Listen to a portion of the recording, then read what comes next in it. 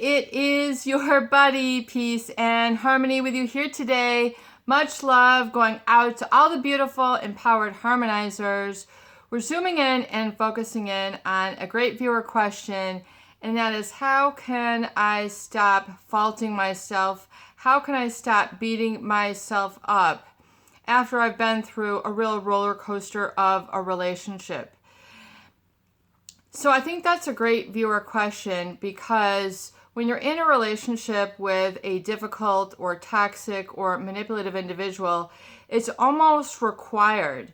If you were to maintain the relationship for several months and years, ultimately you're going to internalize the self-berating, the self-sabotage, the self-put-down, the condescending, even if it's not on an obvious conscious basis, it's going to occur really, in my viewpoint, on a subconscious basis.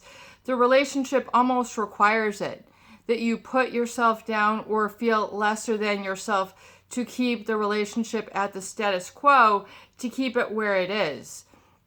Because at first it's sort of funny, at first, it's just sort of, the way that maybe a natural leader will evolve in the relationship, but it's usually coupled with put downs, cut downs, you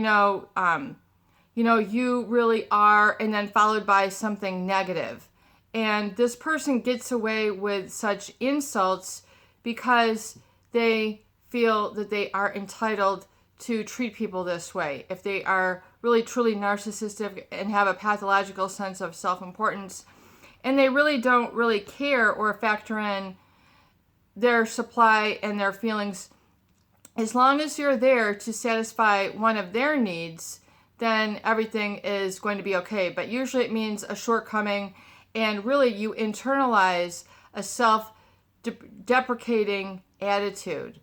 And this can really become pronounced or louder, or really kind of, you feel that it really, there's a sort of a self-hatred or a self-sabotage, or I am, low is low, I am this is this, and then, this real sort of emotional release needs to be experienced if you've been exposed to this types of individuals. So once again, I really feel it's almost like a requirement.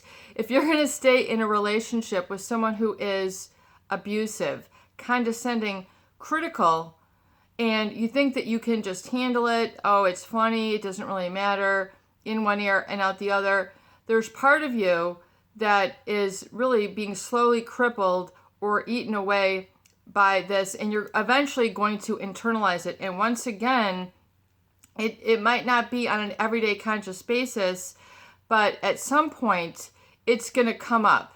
You're going to feel, the worst mom, the worst this, the worst father, the worst, and you're going to start feeling yourself to be that, and you're not going to give yourself a chance.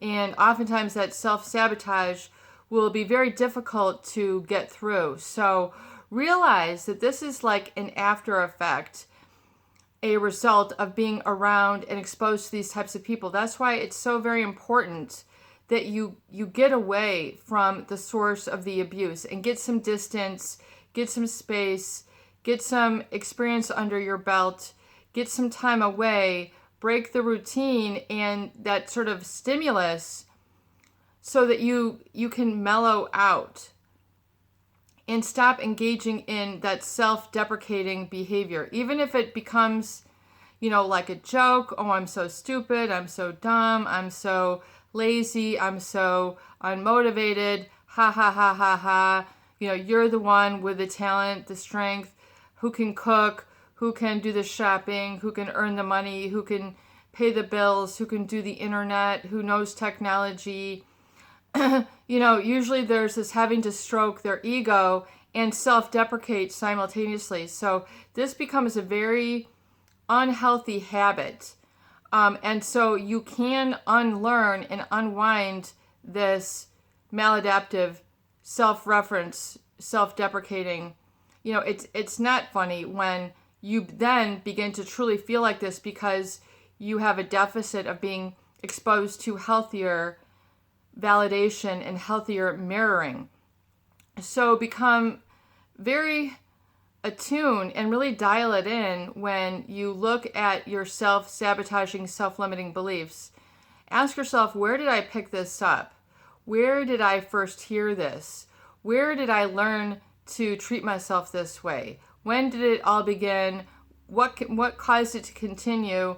And so now I need to add some new elements into the mix, some new experiences, people, relationships, viewpoints, perspectives.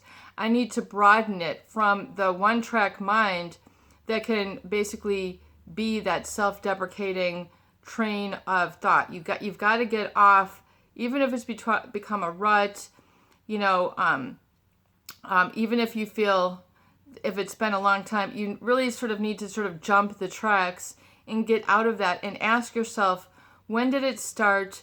Who, what was the culprit? Who are the players? How has it been reinforced? And to what degree do you have a responsibility to keep that negative self-reference going? To what degree do you egg it on? To what degree do you maintain, rehearse, and memorize and tell yourself negative comments about yourself? So take a look at that.